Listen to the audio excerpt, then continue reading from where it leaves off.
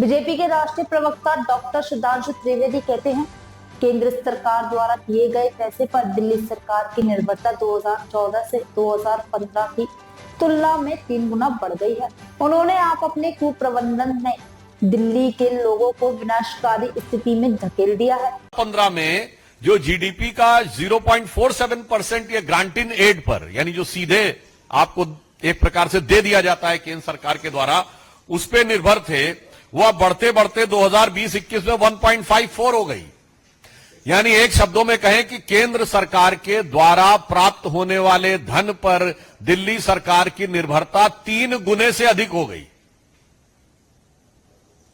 और जो लाभ में चलने वाला बजट घाटे में आ गया। और इसके बाद इतना ही नहीं है, जो राजस्व होता है, यानी टैक्स कलेक्ट करते हैं, रेवेन्यू कलेक्शन में भी सरकार, जिसमें सरकार की एफिशिएंसी भी होती है। वैसे ठीक है, उन्होंने माता जब फ्री की वो एक बोतल के बदले एक बोतल बांटेंगे तो मानी हुई बात है, रेवेन्यू में कमी तो आएगी।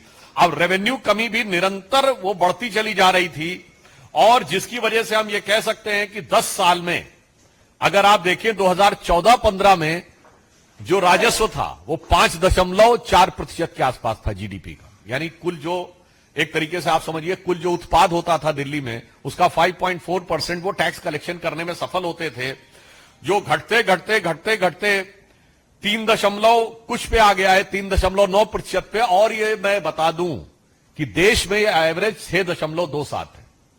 यानी पूरे देश में राज्यों का जो कुल औसत है वो है कि 6.27% राजस्व वसूलते हैं कुल जीडीपी का। वहीं ये घटते घटते देश के लगभग आधे की तरफ बढ़ रहे हैं। इसलिए मैंने कहा बहुत गंभीर प्रश्न है, किस प्रकार की वित्तीय अनियमितताओं के द्वारा, किस प्रकार दिल्ली के टैक्स पेयर की संपदा को लूटते हुए, उसका कुप्रबंधन करते हुए दिल्ली को इस भीषण आपदा में इन्होंने डाला है। और वैसे तो ये जहां रहते हैं वहां आपदा में डालते हैं। आप पंजाब में जाके चेक कर लीजिए, वहां तो फुल स्टेट है।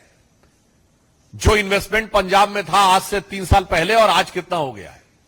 आज ही अगर आपने देखा होगा मीडिया में वो समाचार है कि पंजाब की महिलाएं केजरीवाल जी के आवास के बाहर आकर प्रदर्शन कर रही हैं। यह दर्शाता है कि दिल्ली में अगर आप ये बचाव करने का भी प्रयास करें कि फुल स्टेट नहीं है, तो जहां फुल स्टेट है वहां पे क्या स्थिति।